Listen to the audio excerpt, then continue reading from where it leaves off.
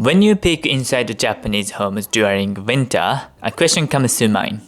Why is there no central heating? But in fact, I frequently receive this question on my channel. In this video, we'll explore why central heating hasn't become widespread in Japan through the lens of Japanese winter lifestyle and cultural background. Right, so the first reason why central heating is rarely seen in the Japanese houses right here is the difference of the construction. Many Japanese houses are wooden structures with poor insulation. This is my parents' house, and as you can see, the doors are paper and there are gaps like this. Well, traditional Japanese style rooms are also not particularly good in terms of insulation. Therefore, even if central heating were installed in the Japanese homes, it's believed that it wouldn't function effectively and would only result in higher costs. Well, particularly in older Japanese buildings, due to Japan's high humidity, well, as you see, the rooms were designed to have good ventilation. The ranma is a prime example of this characteristic of Japanese homes.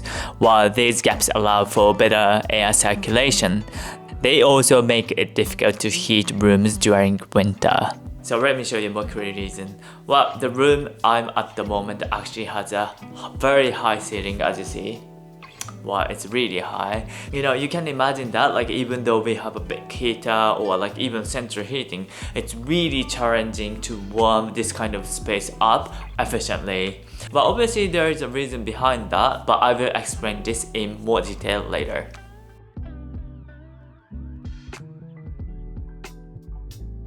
Well, however, many modern Japanese houses are built in Western style and have significantly better insulation compared to the past. Yes, that's true. This is a modern house in Japan. The doors and everything else are different from the traditional Japanese style house I just introduced. While most houses in Tokyo of this type, central heating isn't installed anywhere except for Hokkaido in Japan.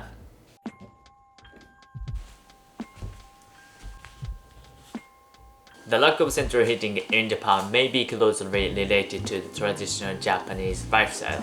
But for example, in old Japan, the irori open house, just you can see behind me, served as indoor heating. Well, the irori was not just for heating rooms.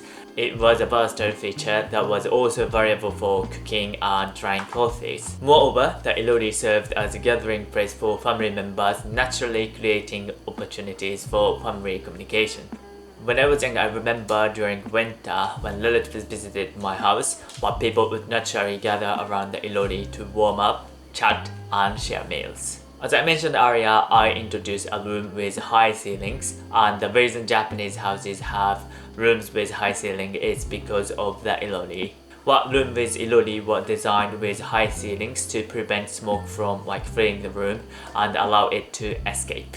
While this room no longer uses an irori, so the ceiling has been covered and lowered, it originally had the same height as the room I showed you earlier. But of course, you rarely see an irori in modern Japanese homes, so instead of that, now we have kotatsu.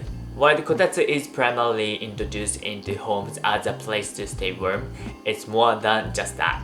In Japan, it naturally becomes a place where family members gather, where conversations happen, and sometimes where people play games, while creating opportunities for family interaction like open house irori.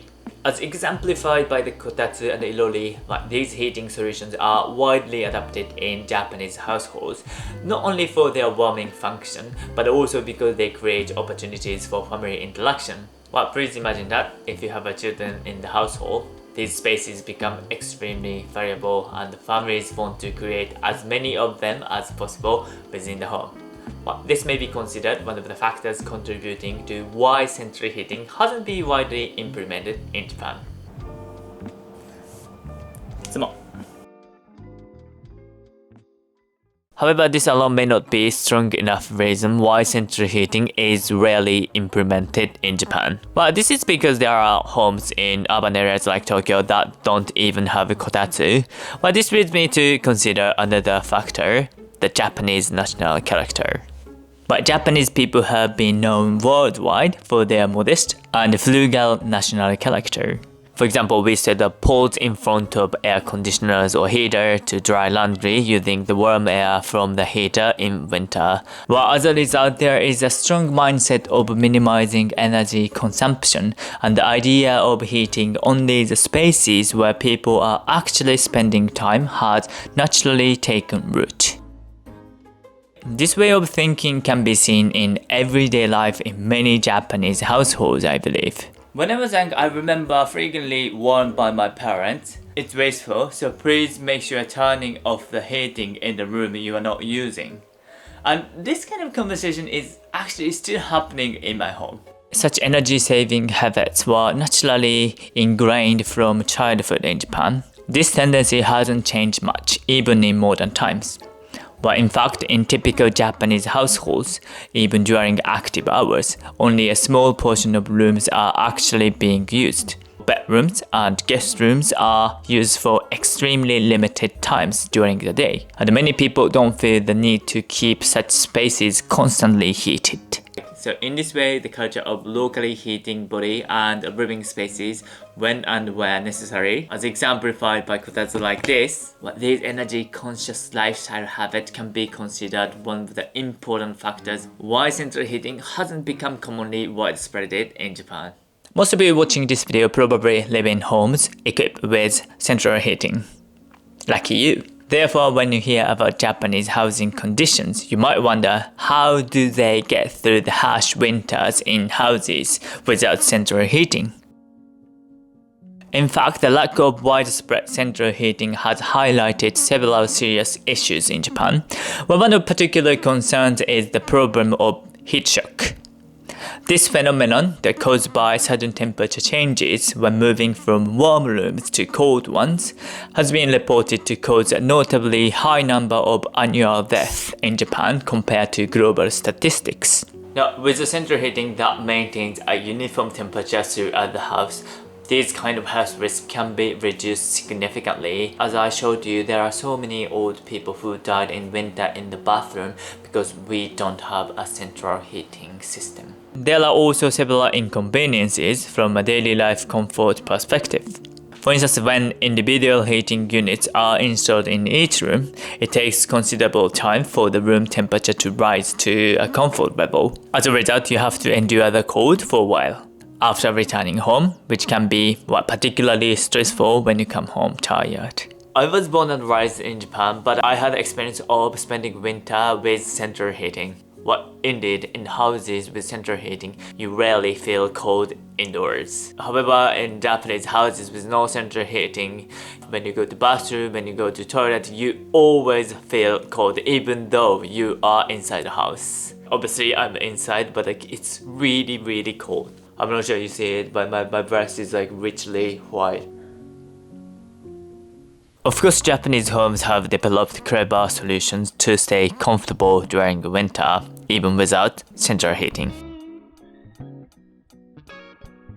Modern Japanese homes feature various heating amenities placed strategically throughout the house, but heated toilet seats provide comfort during cold days. While different rooms are equipped with portable heaters, the changing area has air conditioning to warm up the space quickly before and after bathing. The bathroom comes with comprehensive heating for both air and water. Throughout heating the bathroom might seem excessive, it serves important purposes.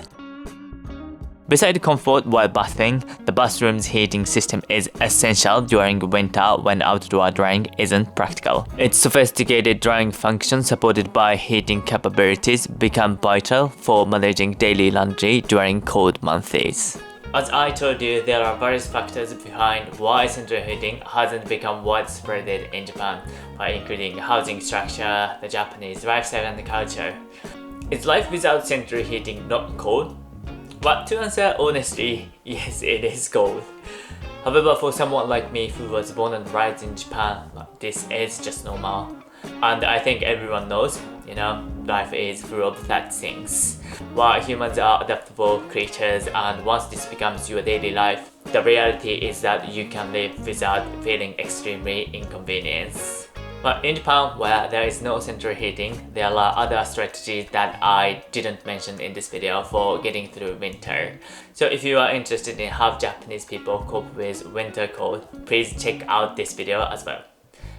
Alright, so thanks so much for watching. Stay warm together. See you soon. Bye.